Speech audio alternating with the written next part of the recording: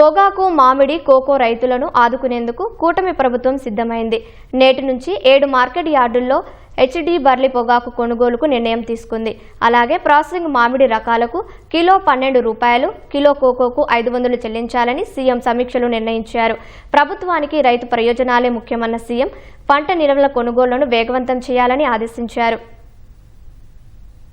రైతుల వద్ద మిగిలిపోయిన నల్లబర్లీ పొగాకును మార్క్ఫెడ్ ద్వారా కొనుగోలు చేయాలని సీఎం చంద్రబాబు ఆదేశించారు. పొగాకు కొనుగోళ్లకు దాదాపు 350 కోట్ల భారాన్ని భరించేందుకు ప్రభుత్వం సిద్ధమైంది. కోకో, మామిడి, పొగాకు పంట ఉత్పత్తుల గిట్టుబాటు ధర కొనుగోళ్లపై ముఖ్యమంత్రి చంద్రబాబు ఉండవల్లి క్యాంపు కార్యాలయంలో సమీక్ష నిర్వహించారు.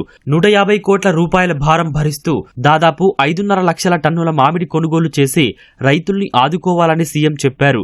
కోకో పంట కిలో 450కి కంపెనీలు కొనుగోలు చేస్తే ప్రభుత్వం మరో 50 అదనంగా రైతులకు చెల్లించాలని సీఎం నిర్ణయించారు.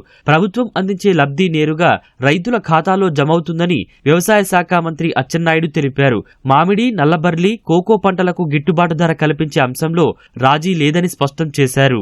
మిగిలిపోయినటువంటి ఈ 20-25 మిలియన్ కేజీలు నల్లబెల్లి పొగాకుని మార్క్ఫెడ్ ద్వారా ఇమీడియట్గా కొనుగోలు చేయమని చెప్పి స్పష్టంగా ఆదేశాలు ఇచ్చారు. ఈ 7 మార్కెట్ యార్డుల్లో మెయిన్ క్వాలిటీ 12,000కు తక్కువ లేకుండా కొంటాం. మిగిలినటువంటి 2 క్వాలిటీస్ ఉంటాయి. ఈ 2 క్వాలిటీస్ కూడా అక్కడ పరిస్థితులను బట్టి ధరలు నిర్ణయించి ఏదైతే కంపెనీలు కొనగా మిగిలినటువంటి ప్రతి పొగాకు రేకు కూడా మార్కెట్ ద్వారా కొనాలని చెప్పి ప్రభుత్వం నిర్ణయించిందని చెప్పి సందర్భంగా తెలియజేస్తున్నాను. మన దగ్గర ఉన్నటువంటి 5.5 లక్షల మెట్రిక్ టన్నులు మామిడిని కొనాలని చెప్పి నిర్ణయం చేశాం. కేజీకి 8 రూపాయలు ప్రాసెసింగ్ కంపెనీ వాళ్ళు, ట్రేడింగ్ వాళ్ళు ఇస్తారు.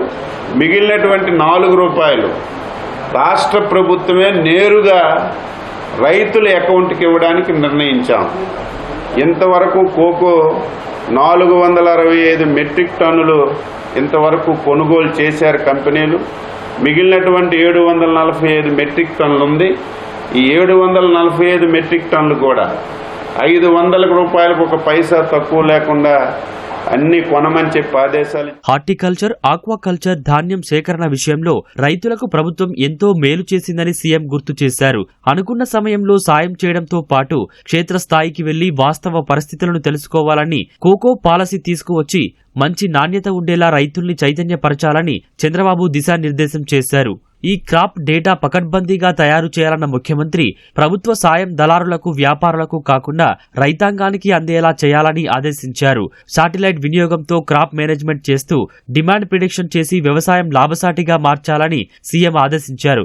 ప్రస్తుతం ఉన్న 116 రైతు బజార్లను 200కి పెంచి మొబైల్ మార్కెట్లను కూడా ప్రవేశపెట్టాలన్నారు.